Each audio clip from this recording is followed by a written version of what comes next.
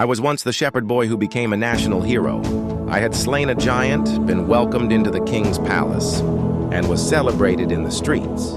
But that was a different time, a different me.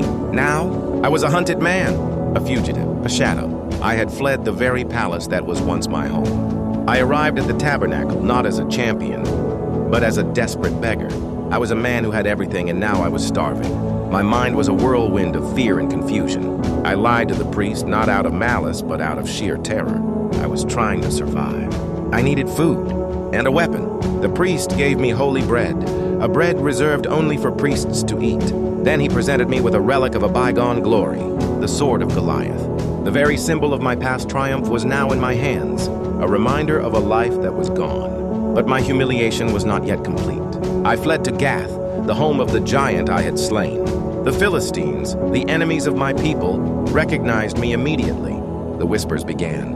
"Is this not David, the king of their land?" My fame, my past glory, had become a death sentence. In that moment, I reached my lowest point. I had no army, no plan, no one to defend me. So I did the only thing I could. The great hero of Israel, the future king. I pretended to be insane. I acted like a madman, scratching on doors, my hands covered in spittle, all to save my life. But this epic downfall is not the end of the story. This is a profound truth. Even the greatest among us, the most anointed, can be brought to their knees. We can be consumed by fear and desperation. But this story reveals God's grace in the face of epic human failure. God provided for me, even though I was lying. He gave me a way to escape, even in my terror. My dignity may have been stripped away, but my anointing was not.